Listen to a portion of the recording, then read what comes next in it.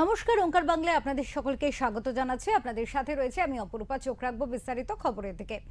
তৃণমূল নেতা তোলাবাজি বন্ধ করতে হবে এই দাবিতে শ্রীরামপুর থানা এলাকার পিয়ারাপুর দিল্লি রোডের পাশে বিস্কুট কারখানার গেটের সামনে শ্রমিকদের বিক্ষোভ।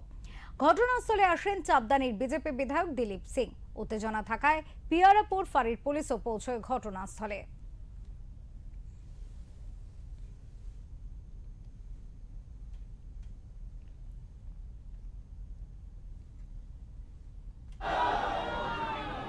শ্রমিক বিক্ষোভ হুগলিতে। তৃণমূল নেতা তোলাবাজি আর সেই তোলাবাজির প্রতিবাদে শ্রমিকদের বিক্ষোভ। শ্রমিক বিক্ষোভে উত্তাল শ্রীরামপুর।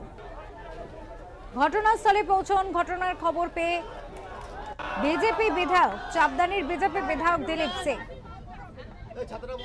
কিন্তু উত্তেজনা অতিরিক্ত থাকায় পিয়ারাপুর ফাঁড়ির পুলিশও পৌঁছয় ঘটনাস্থলে। এই মুহূর্তে আমাদের সাথে রয়েছেন হুগলি থেকে আমাদের প্রতিনিধি সুনন্দা দত্ত। কথা বলবো সুনন্দার সাথে, জানবো সুনন্দা, তোলাবাজির অভিযোগ তৃণমূল নেতার বিরুদ্ধে আর সেই বিষয়ে শ্রমিকদের বিক্ষোভ, কি ঘটনা বিস্তারিত জানবো তোমার কাছ থেকে। দেখো অপরূপা, এই চাপদানি বিধায়ক দিলীপ সিং তিনি পৌঁছেছিলেন এই যেখানে বিক্ষোভ হচ্ছে, বিস্কুট যে কারখানাটি আছে, শ্রমিকরা সকাল থেকে সেখানে বিক্ষোভ করছে। একদম শ্রীরামপুর থানার এলাকায় এটি পড়ে, পিয়ারাপুর একদম দিল্লি রোডের পাশেই বিস্কুট কারখানা। এবং তাদের অভিযোগ দীর্ঘদিন ধরে তাদেরকে 12 ঘন্টা শিফটে কাজ করানো হয়, 12 ঘন্টা ধরে কাজ করানো হয়, কিন্তু সঠিক যে টাকা পয়সা তারা পাবেন সেটা দেওয়া হয় না। এবং প্রত্যেকটা ক্ষেত্রেই নানা রকম অছিলায় তাদের কাছ থেকে টাকা কেটে নেওয়া হয়। সেটা কখনো নানা পুজোর চাঁদা হতে পারে বা অন্য কিছুতে হতে পারে। এবং তারা আরো যেটা বড় অভিযোগ করছেন যে তৃণমূলের যে কোনো মিছিলে তাদের হোল নাইট ডিউটি করার পরও তাদেরকে নিয়ে যাওয়া হয় সেই মিছিলে, এবং সেখানে ন্যূনতম সৌজন্যটুকু বোধ করা হতো না তাদের সঙ্গে।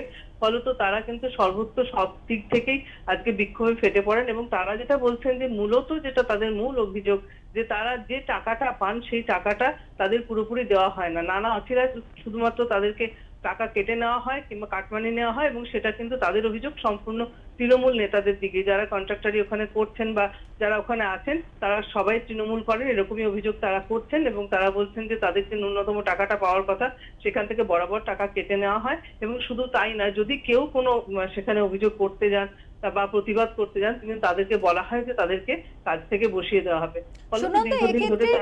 সুনন্দা, এক্ষেত্রে এই যে অভিযোগ উঠছে যে তৃণমূল নেতাদের বিরুদ্ধে, এরা কি তাহলে এই বিস্কুট কারখানার ভিতরে কাইন্ড অফ সিন্ডিকেট তৈরি করে ফেলেছিলেন? হ্যাঁ দেখো, এরকমই অভিযোগ কিন্তু তারা করছেন। তারা যেটা বলছেন সকলেই মোটামুটি স্থানীয়, এবং তারা এই কারখানার মধ্যেই ছিলেন। নানা কন্ট্রাক্টরটা ছিল, নানা ডিপার্টমেন্টে, এরকম তারা কিন্তু অভিযোগ করছেন যে এখানেই তারা সব ছিলেন। এবং একটা সিন্ডিকেট বলা যেতেই পারে যে এরকম ভাবে যে দিনের পর দিন তোলা নেওয়া হয়েছে। এবং যারা মহিলা আছেন তারাও বলছেন যে তারা 12 ঘন্টা ধরে কাজ করার পরও কিন্তু তাদেরকে নানা মিছিলে নিয়ে যাওয়া হতো। কিছু অভিযোগ করলে, কিছু প্রতিবাদ করলে বা কোনো কারণবশত যদি না যেতে পারতো, তাদের কিন্তু কাজ থেকে বসিয়ে দেওয়া হতো বা বসিয়ে দেওয়া হবে, এরকম কিন্তু বরাবরই একটা ভয় দেখানো হতো।